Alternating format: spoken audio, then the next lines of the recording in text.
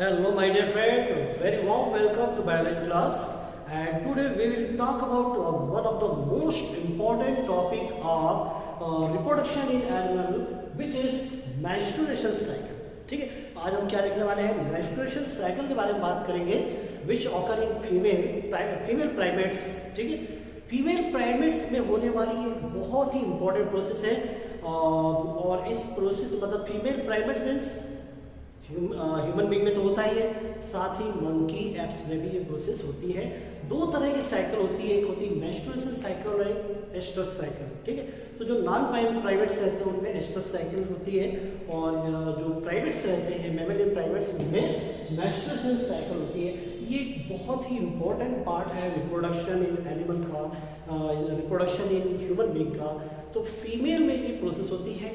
कहाँ पर होती है फीमेल में? फीमेल के रिप्रोडक्टिव सिस्टम में, स्पेशली ओवरी एंड यूट्रस में ये प्रोसेस देखने को मिलती है। It occur in ovary and uterus. ठीक है, अब ये पूरी प्रोसेस होती क्या है और इस प्रोसेस में कौन कौन से हार्मोन का इन्वॉल्वमेंट होता है, उनका क्या फंक्शन होता है, ये सब हम देखने वाले हैं। मेनोपॉज क्या है, मेनॉर्के क्या है, ये सब हम देखेंगे। So let's start about menstruation cycle. What is menstruation cycle? How can we define? ठीक है, तो monthly cycle of change in ovary, monthly cycle of change in ovary and lining of uterus. ठीक है, in which the blood and mucosal tissues are regularly discharged through vagina at the time of puberty. ठीक है, puberty के time पे, तो puberty time मतलब age between 13 to 15 ये process start होती है फीमेल में। और फीमेल में जब ये प्रोसेस स्टार्ट होती है तो रेगुलरली ये मंथली साइकिल चलती है और उसके बाद ये इसमें 28 to 29 डेज की साइकिल होती है। ठीक है, होता क्या है इसमें? इसमें जो यूट्रस की जो एंडोमेट्रियम वॉल होती है वो रप्चर होती है, ब्रेक होती है, ब्रेक डाउन होता है उसमें। उसके साथ में कुछ म्यूकोसल टिश्यूज और डेड एग जो रहता है, जो कि अनफर्टिलाइज्ड एग बोल सकते हैं, वो डेड एग क्या होता है, रप्चर होके वजाइना के थ्रू रेगुलरली डिस्चार्ज किया जाता है 28 to 29 डेज के बीच। इसको हम कहते हैं, क्या बोलते हैं, menstruation cycle. Monthly cycle of change in ovary and lining of uterus in which the blood and mucosal tissues are regularly discharge through vagina at the time of puberty. Is it clear?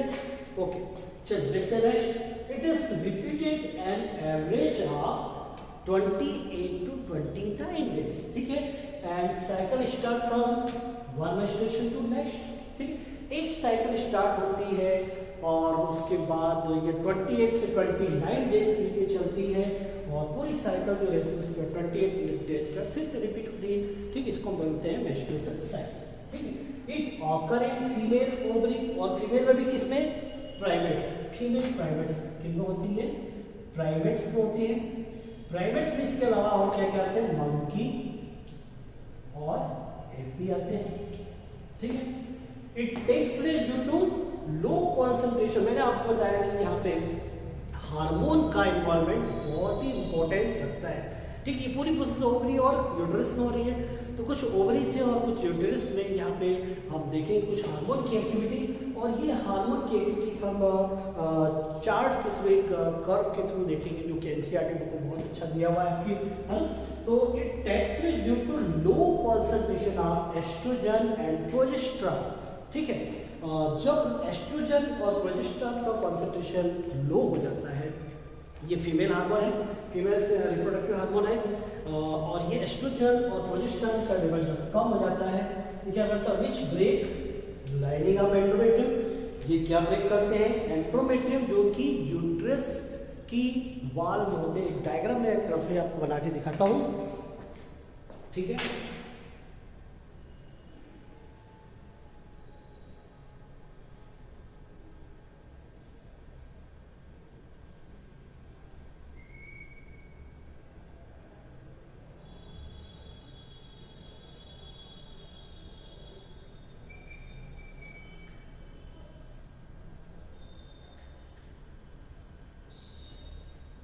ये structure है। ठीक है। तो ये जो female reproductive system का मैंने एक डायग्राम बनाया है,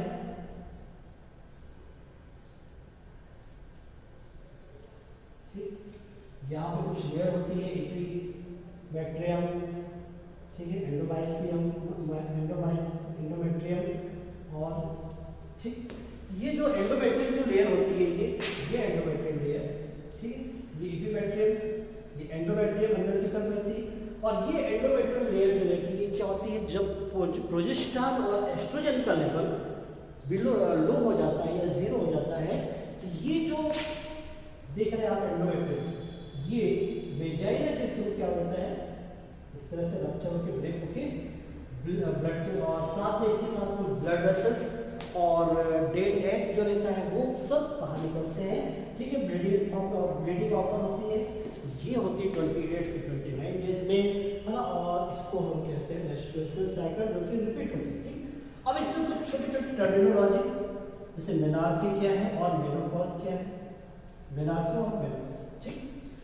अच्छा, ये आपने देखा कि ये क्यों हुआ, तो एस्ट्रोजन और प्रोजेस्टेरॉन का लेवल क्या हुआ, कम हो गया, इसका लेवल कम हुआ, एस्ट्रोजन और प्रोजेस्टेरॉन का ये हार्मोन है, इनके लेवल क्या हो गया, कम हो गया, प्रोजेस्टेरॉन का लेवल क्या हो गया, बिलो हो गया, नीचे हो गया, जिसके कारण क्या हुआ, एंडोमेट्रियम की वाल कुछ यूट्रस में ब्रेक हो गई।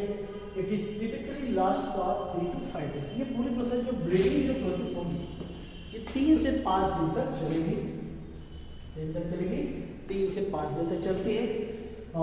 मेनार्के और मेनोपॉज क्या है हम देखते हैं। मेनार्के फर्स्ट बिगनिंग ऑफ साइकिल, ठीक, फर्स्ट बिगनिंग ऑफ साइकिल मतलब जब साइकिल शुरू होती है तो उसके शुरुआत को ही हम क्या कहते हैं, first beginning of cycle is called menarche, ठीक, इसको क्या कहते हैं, menarche. It begin at age of 30 to 50 during puberty, ठीक। तो ये प्यूबर्टी के टाइम पे एज 30 to 15 के बीच में स्टार्ट होती है, बिगिन होती है, शुरुआत होती है, जिसको हम क्या कहते हैं, मेनार्के कहते हैं। इसके बाद है मेनोपॉज।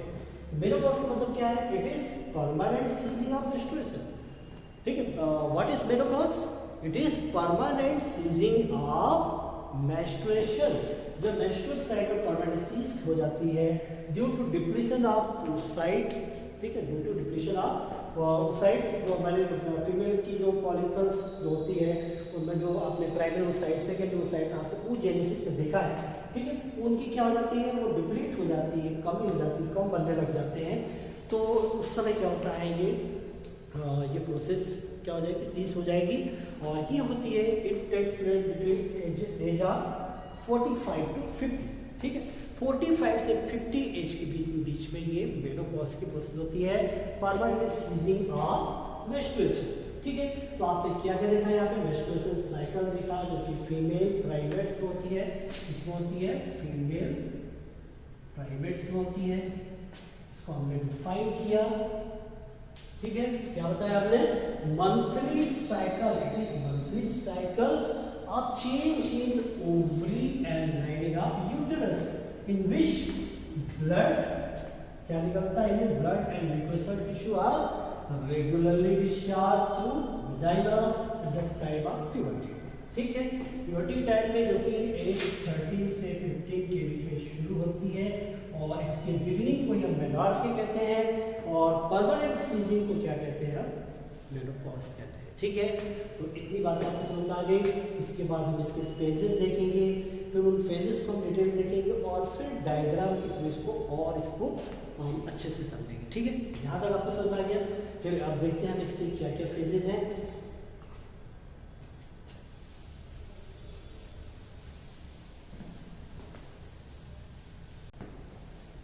चलिए नेक्स्ट देखते हैं फेजेस ऑफ मेंस्ट्रुएशन, ठीक है। इसकी क्या देखेंगे हम, phases of menstruation, phases of क्या देखेंगे, फेजेस।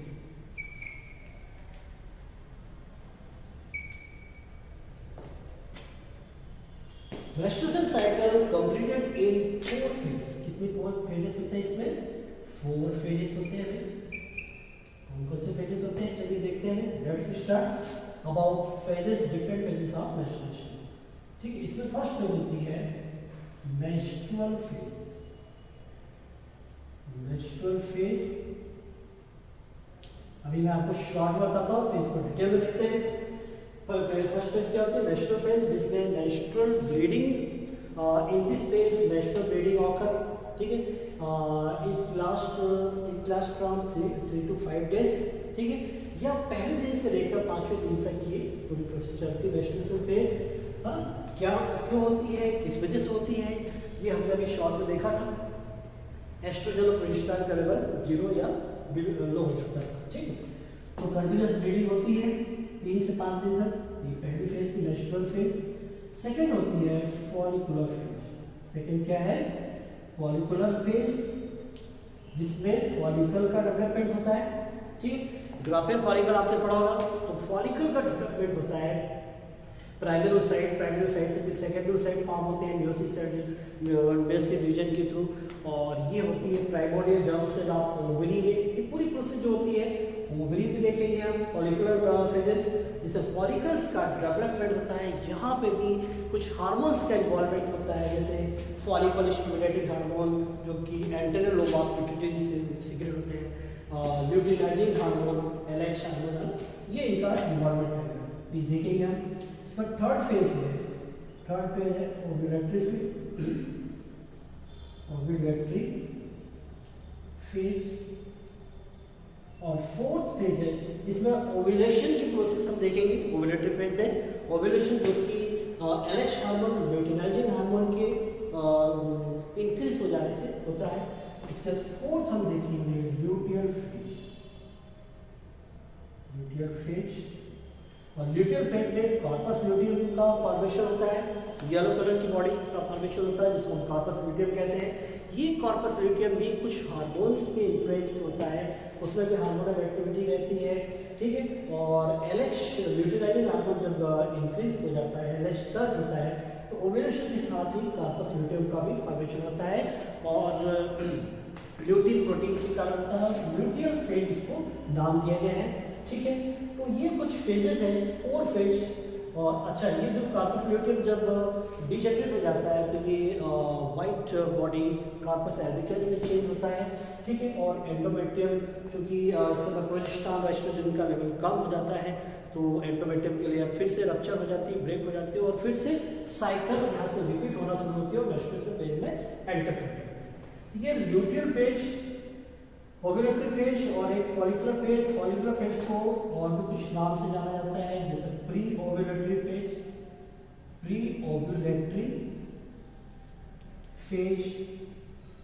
या इसका एक और नाम है प्रोलिफरेटिव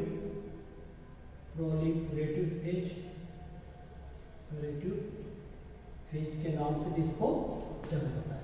तो ये 4 फेज है, मेंस्ट्रुअल फेज, फॉलिकुलर फेज और प्री ओव्यूलेटरी और प्रोलिफरेटिव फेज। क्योंकि यहाँ पर एंडोमेट्रियम लेयर का प्रोलिफरेशन होता है, प्रोलिफरेट होती है, वो रीजनरेट होती है, इसलिए इसको प्रोलिफरेटिव फेज कहते हैं।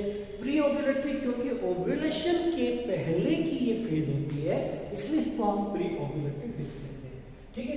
और इसके बाद ओव्यूलेशन होता है, ल्यूटियल फेज में कॉर्पस ल्यूटियम का फॉर्मेशन होता है, मेंस्ट्रुअल फेज में मेंस्ट्रुएशन प्रोसेस या ब्लीडिंग प्रोसेस होती है। यहाँ तक आपको समझ आ गया। अब हम इनको डिटेल में 1 बाय 1 करके देखते जाएंगे। पहले हम देखते हैं मेंस्ट्रुअल फेज, इसमें क्या क्या होता है वो हम देखेंगे।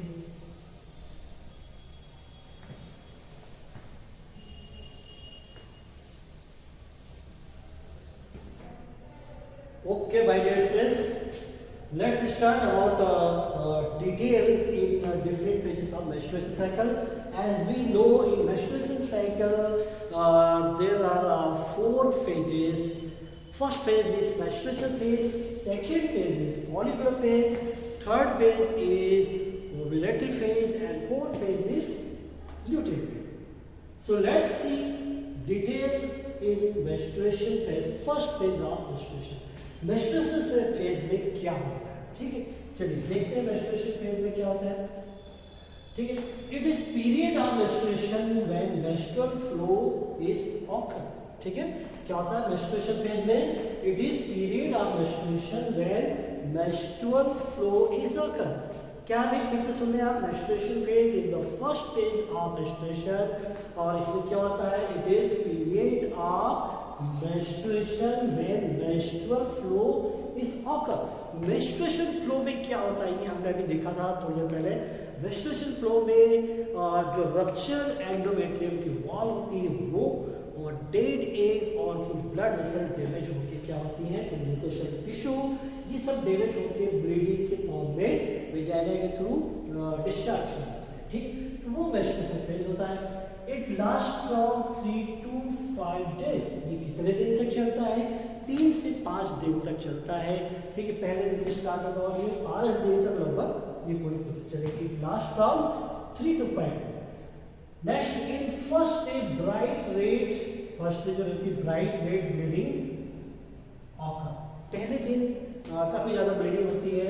Bright red bleeding occur in first day, पहले दिन ब्राइट रेड ब्लीडिंग होती है। इट टेक्स प्लेस, क्यों होता है ये ब्लीडिंग, क्यों हो रही है, हमने अभी पढ़ा था थोड़े पहले, तो हमने देखा था it takes place due to zero level of progesterone and estrogen, और क्या, and when release egg is not fertilized. जब एग का फॉर्मेशन होता है फीमेल की ओवरी में, यहाँ पे ओवरी में जब एग का फॉर्मेशन होता है, ठीक है, तो ये एग जब डेवलप होता है तो एग डेवलप होकर कहाँ आ जाता है, फैलोपियन ट्यूब में ट्रेवल करके यहाँ पे आ जाता है एम्पुला में, ठीक है। तो जब स्पर्म एंटर करते हैं, स्पर्म ट्रेवल करके यहाँ पे आते हैं और स्पर्म इस एग से फर्टिलाइज होते हैं, तो वो फर्टिलाइजेशन होने के बाद फर्टिलाइज एग जो रहता है वो यूट्रस में उसके बाद इम्प्लांट कर दिया जाता है। लेकिन यदि फर्टिलाइजेशन नहीं होता है, fertilization is not take, then unfertilized egg कुछ दिनों के बाद जो रहता है 10 days में क्या होता है, ये जब एंडोमेट्रियम प्रोजेस्टेरॉन का लेवल कम हो जाता है, कार्पस ल्यूटियम डिजेनरेट हो जाती है, तो प्रोजेस्टेरॉन का लेवल डिक्रीज हो जाता है, प्रोजेस्टेरॉन का लेवल डिक्रीज हो जाता है, एस्ट्रोजन का लेवल डिक्रीज हो जाता है, तो क्या होता है, एंडोमेट्रियम की जो लेयर है वो क्या होती है, ब्रेक डाउन हो जाती है। इट कॉज ब्रेक डाउन, मतलब जब इसका प्रोजेस्टेरॉन हार्मोन का, एस्ट्रोजन हार्मोन का लेवल क्या हो गया, 0 हो गया या कम हो गया, तो क्या होगा, it cause break down of endometrium layer and rupture of blood vessel. बिल्कुल अच्छे से समझिएगा, बहुत सिंपल सी बात है कि मेंस्ट्रुएशन फेज क्यों हो रही है।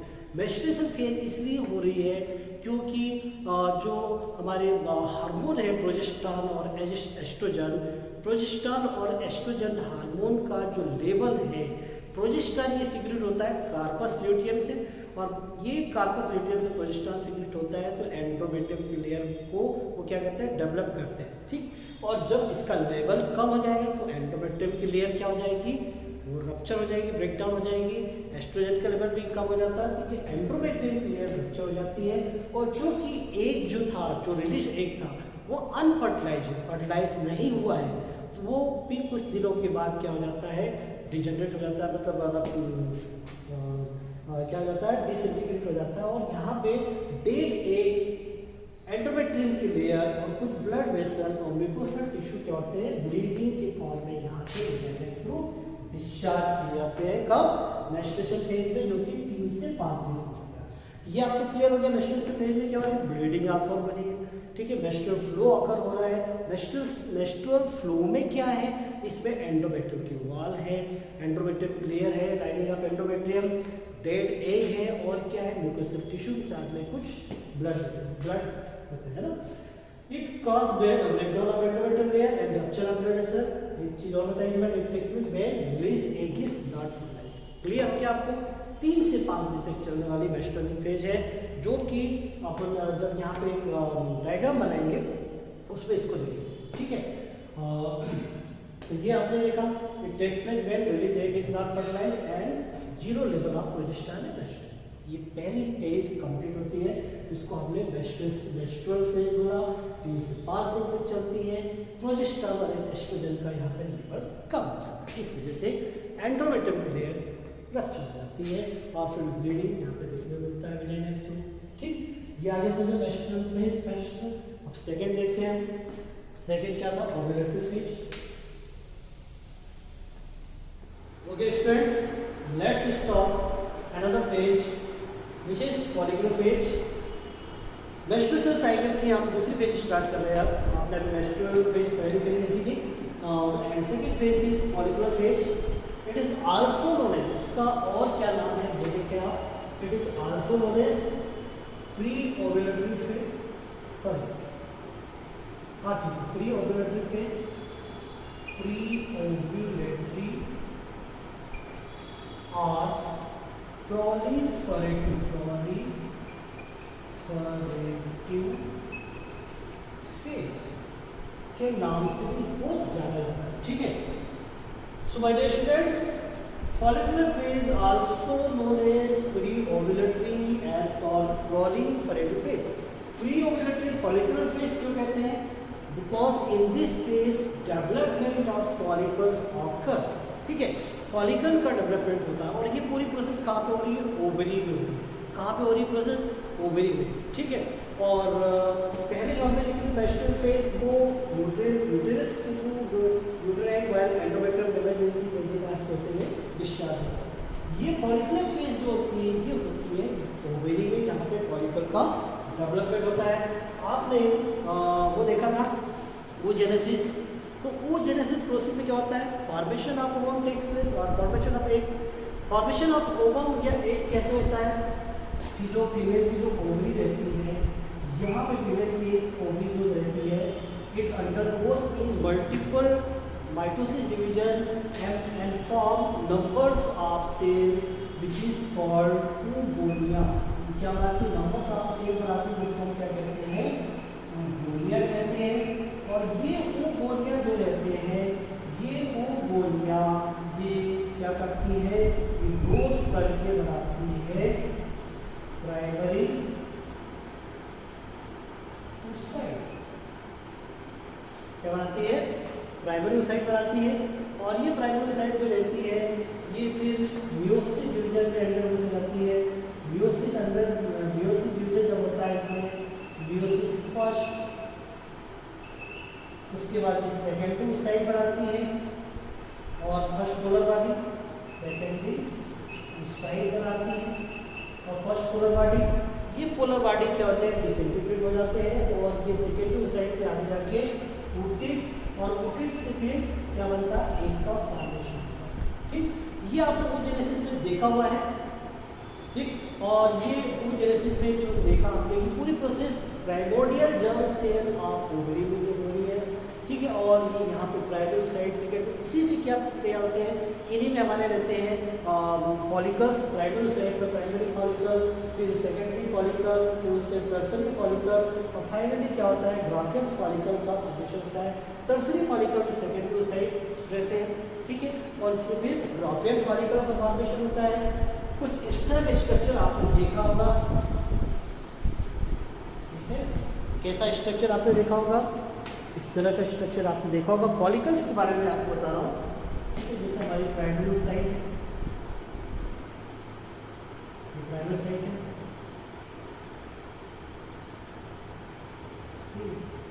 इसमें इसके चारों तरफ कुछ ग्रैन्युलेसा वगैरह होती है, इसकी लेयर होती है, ग्रैन्युलेसा की लेयर होती है इस तरह की। ये क्या है? Primary oocyte। और ये क्या है? ग्रैन्युलेसा लेयर, ग्रैन्युलोसा लेयर। ये ग्रैन्युलेसा की सेल होती है, ग्रैन्युलेसा सेल समझ सकते हो, ठीक। अब इसके बाद आगे ये सेकेंडरी oocyte सेकेंडरी फॉलिकल में कन्वर्ट होगा। तो पहले तो हम इसका इंट्रोडक्शन देख लें। एक्चुअली फॉलिकुलर फेज, ये जो फॉलिकल मैंने बनाया है प्राइमरी फॉलिकल है। ये क्या है? ये प्राइमरी फॉलिकल, ये प्राइमरी फॉलिकल सेकेंडरी फॉलिकल बनाएगा, सेकेंडरी से टर्सरी, टर्सरी से भी ग्राफियन फॉलिकल। ये पूरा डेवलपमेंट को हम कहते हैं follicular phase. This is the phase of maturation of follicle. ये जो फॉलिकल मैंने बनाया है इसका क्या होगा? मैच्योरेशन होगा आगे जाके और वो ग्राफियन फॉलिकल में कन्वर्ट हो जाएगा, ठीक है। ये पूरा डेवलपमेंट या इसके फॉलिकल्स की मैच्योरेशन को ही हम क्या कहते हैं? फॉलिकुलर फेज कहते हैं। This is the phases of maturation of follicle during which follicles in the ovary mature from primary follicle to fully mature Graafian follicle. Primary follicle जो रहता है वो किसमें कन्वर्ट हो जाता है? ये ग्राफियन फॉलिकल में कन्वर्ट हो जाता है। देखिए जरा डायग्राम इसका,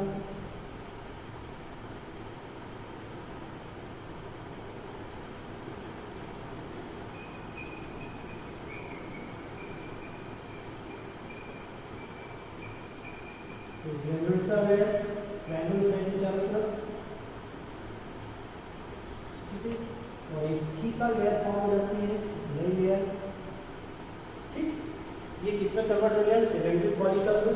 क्या क्या चीजें यहाँ पे? एक थीका लेयर है, थीका लेयर, ग्रैन्युलोसर सेल, ग्रैन्युलोसर सेल, और ये क्या है? Primary oocyte. तो प्राइमरी ओसाइट इसके चारों तरफ कवर किए हुए ग्रैन्युलोसर की सेल्स होती है और यहाँ पे थीका लेयर का फॉर्मेशन भी हो जाता है, ठीक है। इसके बाद तीसरी लेयर देखें आप, तीसरे थर्ड फॉलिकल हम देखेंगे,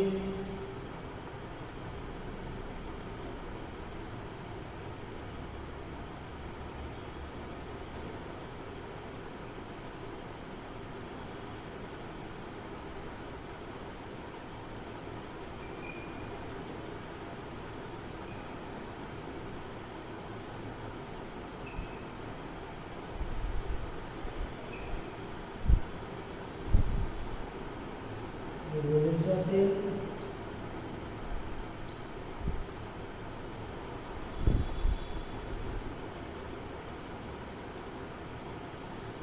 यहाँ पर एक एंडोमेट्रियम का फॉर्मेशन, एक केविटी का फॉर्मेशन हो जाता है, प्लेट केविटी, जिसको एंट्रम कहते हैं। यहाँ पे जो लेयर बनी है कुछ, ये थीका एक्सटर्नल, इंटरनल और थीका इंटरनल, इस तरह से ये टर्सरी फॉलिकल का फॉर्मेशन हो जाता है। क्या क्या है यहाँ पे? यहाँ पे है थीका एक्सटर्नल, थीका इंटरनल,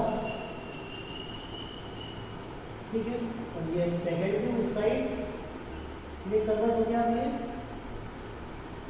ये फ्लूइड फिल्ड केविटी, जिसको एंट्रम कहते हैं, ठीक है, और ये आप मालूम है ग्रैन्युलोसर है, ग्रैन्युलोसर सेल। ये हो गया टर्सरी फॉलिकल, ये प्राइमरी फॉलिकल, ये सेकेंडरी फॉलिकल, ये क्या हो गया? Tertiary follicle. अब इससे किसका फॉर्मेशन होगा? इससे फॉर्मेशन होता है ग्राफियन फॉलिकल का, ठीक है। ग्राफियन फॉलिकल देखिए जरा,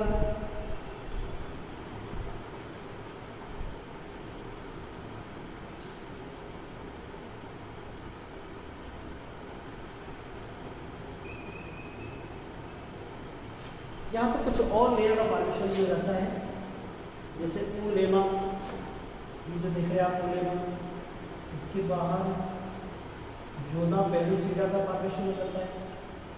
तो जोना पेल्विसिडा के बाहर कोरोना रेडिएटर का फॉर्मेशन हो जाता है, इस तरह से कोरोना रेडिएटर का फॉर्मेशन हो जाता है। कोरोना रेडिएटर के बाहर ग्रैन्युलोसर लेयर,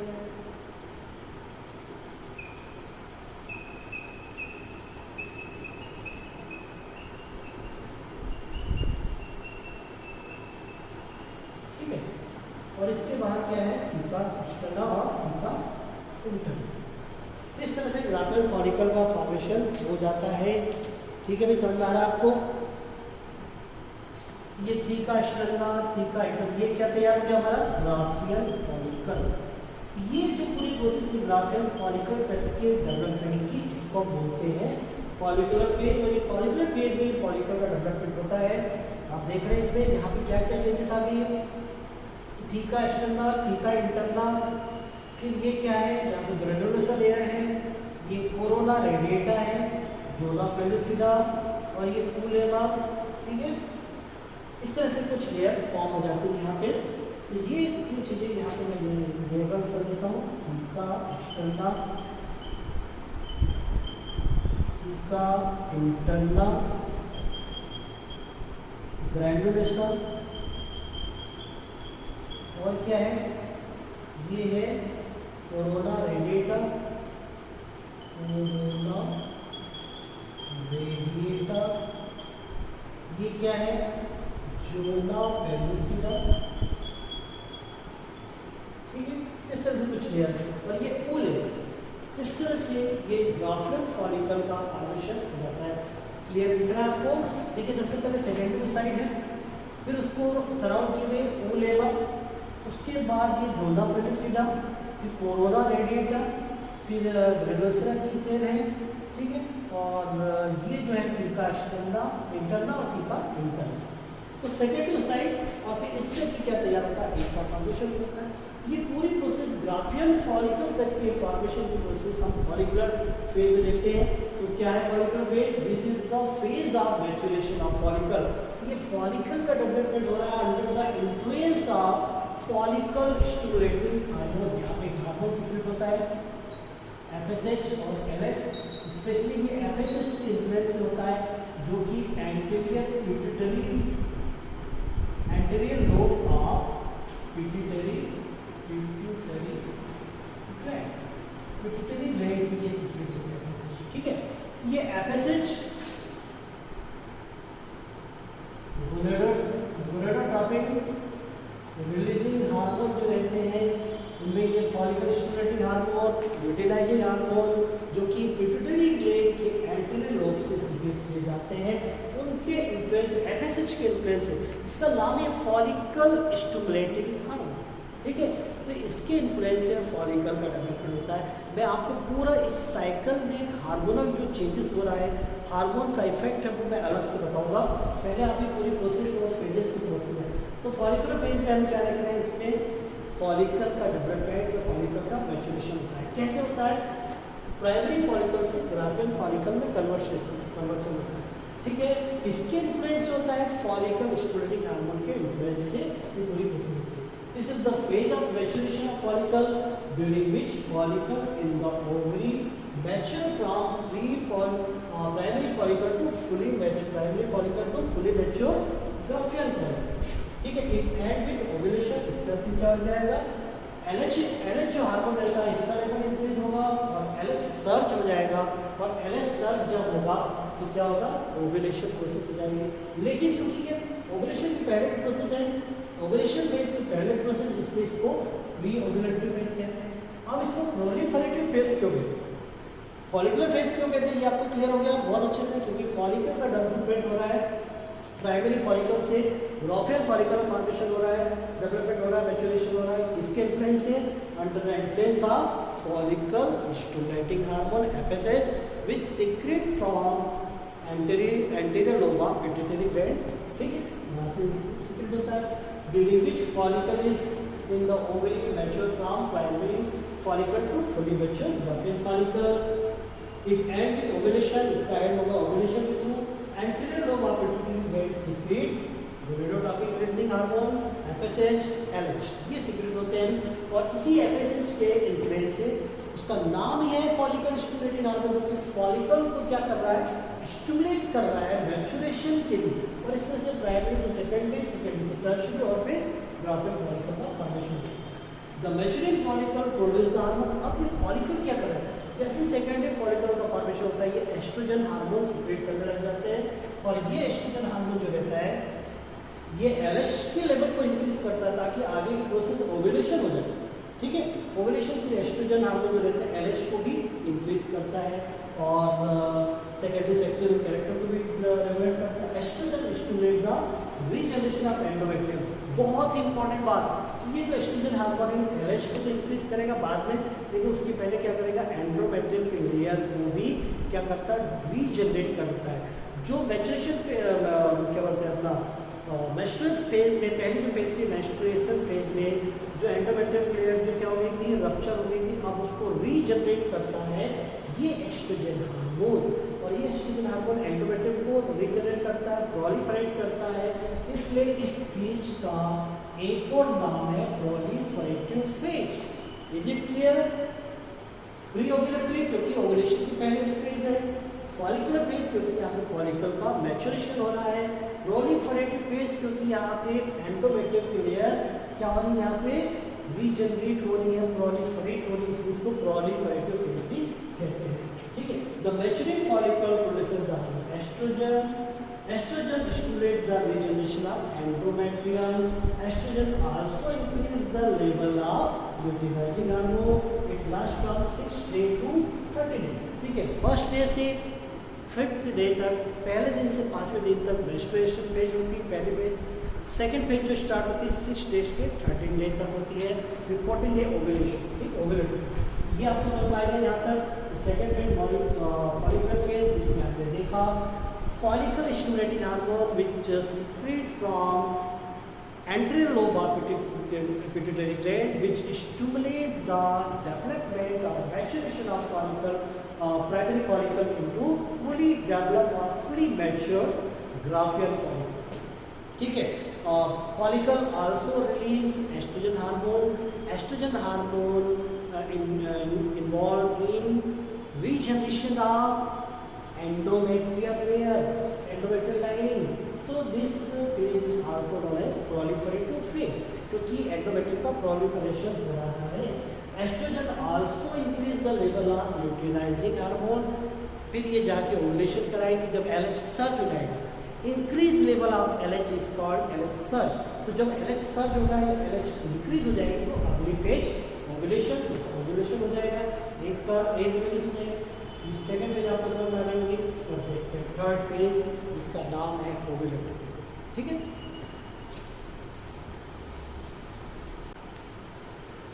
तो आपने यहाँ तक देखा, दो फेज आपने देख लिया है। एक आपने देखा मेंस्ट्रुएशन फेज, क्या क्या देखा आपने? मेंस्ट्रुएशन फेज देखा एक, और एक क्या देखा आपने? एक देखा आपने फॉलिकुलर फेज। ठीक है। मेंस्ट्रुएशन फेज में मेंस्ट्रुएशन की प्रोसेस ब्लीडिंग आउटर होती है, मेंस्ट्रुएशन फ्लो होता है, और फॉलिकुलर फेज में फॉलिकल का डेवलपमेंट होता है, जिसमें प्राइमरी फॉलिकल से हमें ग्राफियन फॉलिकल का डेवलपमेंट होता है। ठीक है। तो ये दो फेज यहाँ पे कंप्लीट हो गए हैं।